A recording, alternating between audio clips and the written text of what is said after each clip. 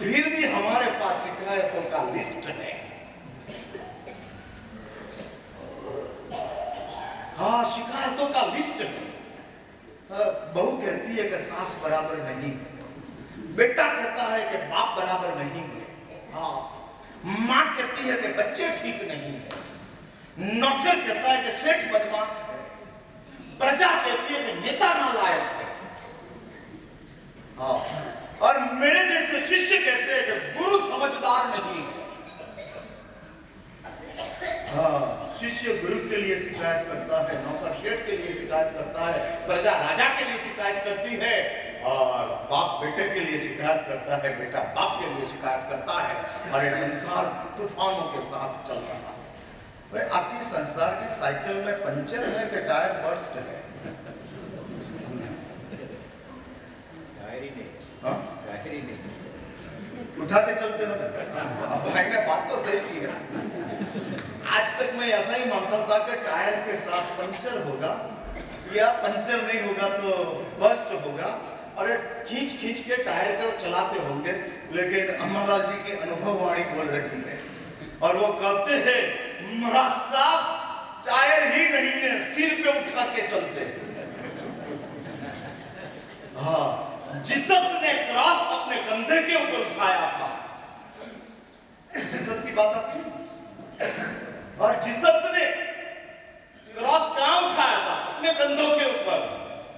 क्यों उठाया था? खुद को क्रॉस के ऊपर लटकना, और खुद को क्रॉस के ऊपर लटकने के लिए जीसस ने अपने कंधे के ऊपर क्रॉस उठाकर वो चल रहा था, और रास्ते में उसके दुश्मन मिल गए और उसको सजा के रूप में दुश्मनों ने कहा था कि इस क्रॉस के ऊपर तुझे हम लटकाएंगे, तुझे उठा के चलना। यीशु ख्रिस्त की बात मैं बोल रहा हूं। हाँ, क्रिश्चियनों के वहां ये मसीहा के रूप में हुआ है, और उठाकर चल रहा है। पहाड़ के ऊपर पहुंचता है, पर्वत की टेकरी के ऊपर।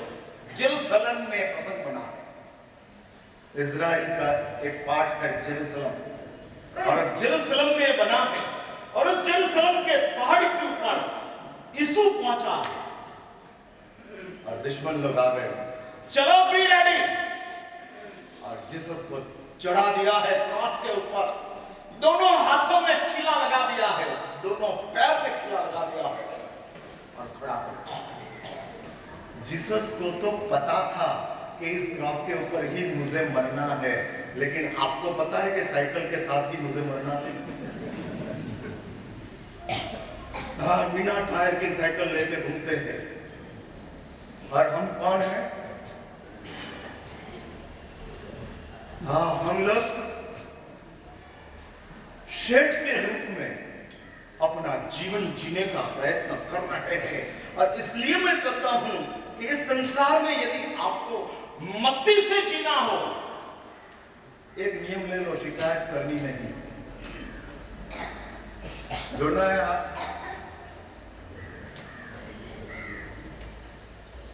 आज के दिन के लिए जोड़ना है हाथ। Single day, only single day.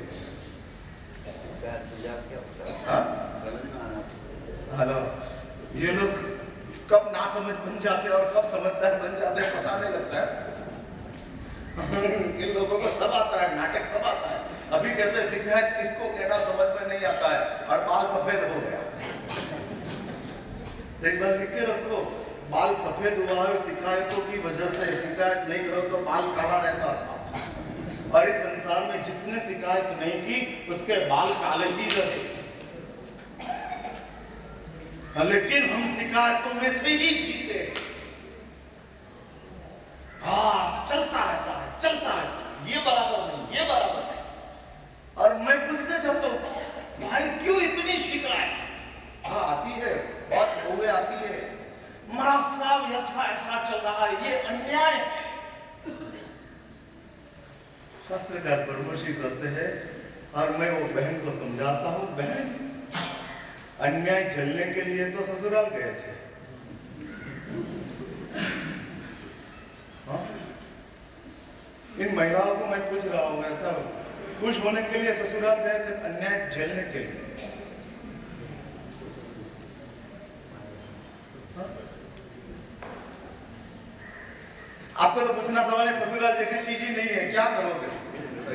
बहुत बड़ी तकलीफ है। पुरुष की तो बेचारे की बहुत बड़ी कमनसीबी है, बहुत बड़ी। हाँ, अभी सुनो मेरी बात, मुझे तो अभी अभी याद आया। ऐसा है ना कि ससुराल गई हुई बहू ससुराल में थक जाती है तो कहाँ पहुंचती है? हाँ, मायका में चली जाती है और अपना दुख मायका में जाकर अपने माँ बाप के पास कहती है, ऐसी तकलीफ है, ऐसी तकलीफ है, ऐसी तकलीफ है।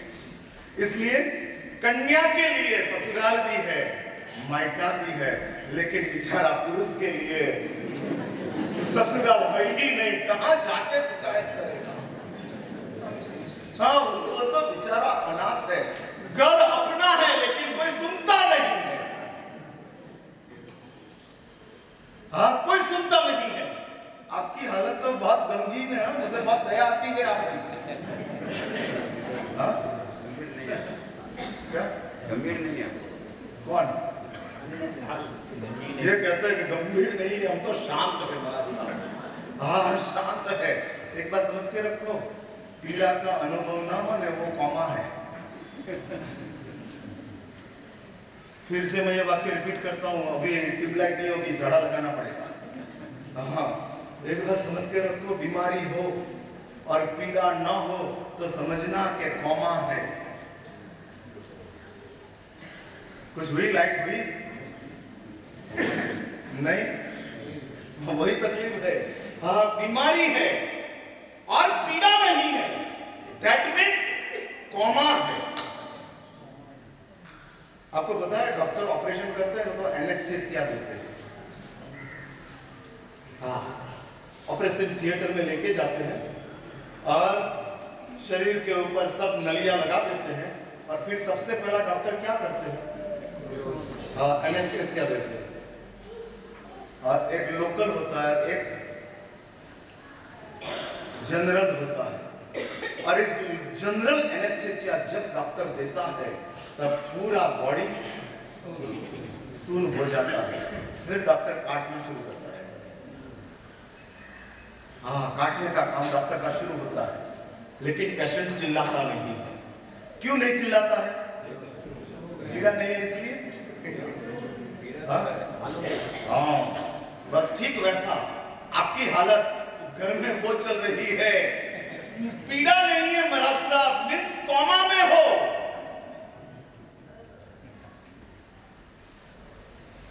मूर्छा में, हाँ हम मजा में हैं, मीन्स कौमा में हो। अरे बीमारी है, इतनी भयंकर बीमारी है और उस बीमारी के बीच में आप शांत हो।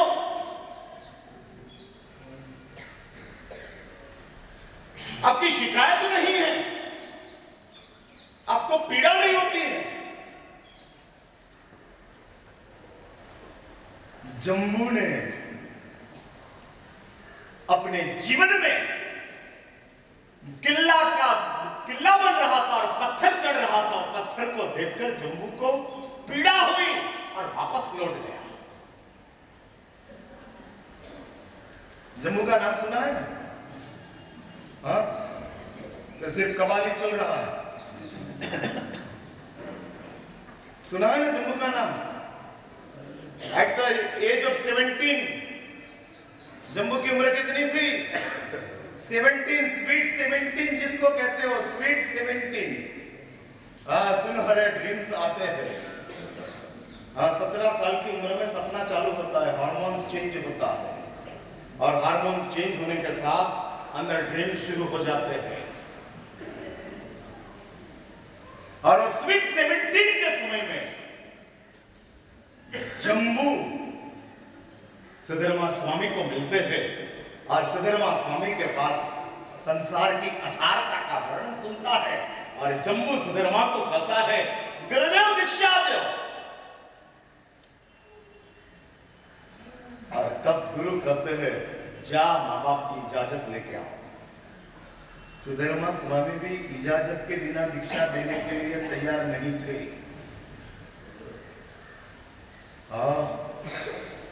ये मार्ग है। अब एक बात समझ के रखो, मैरिज शादी आपको भागकर करनी पड़ती है, लेकिन दीक्षा भागकर लेने की चीज नहीं है।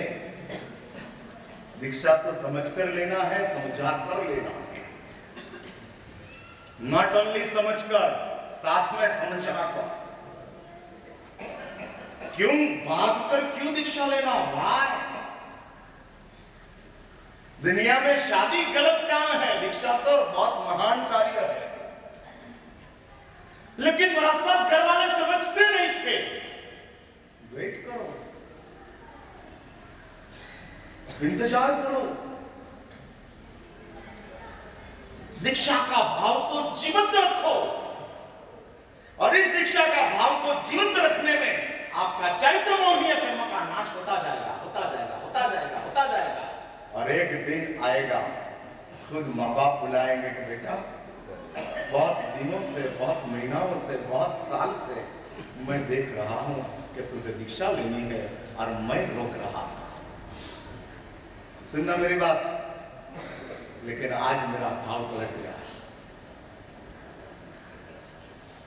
तेरी इच्छा संसार का परित्याग करने की है, जा, मैं इजाजत देता हूं, आशीष देता हूं, शिवास। और तब शास्त्र में कहते हैं कि आपका 70% कर्मों की दुनिया में विजय हो गया। हाँ, और विजय के साथ आप अभी संग्राम में उतर रहे हो।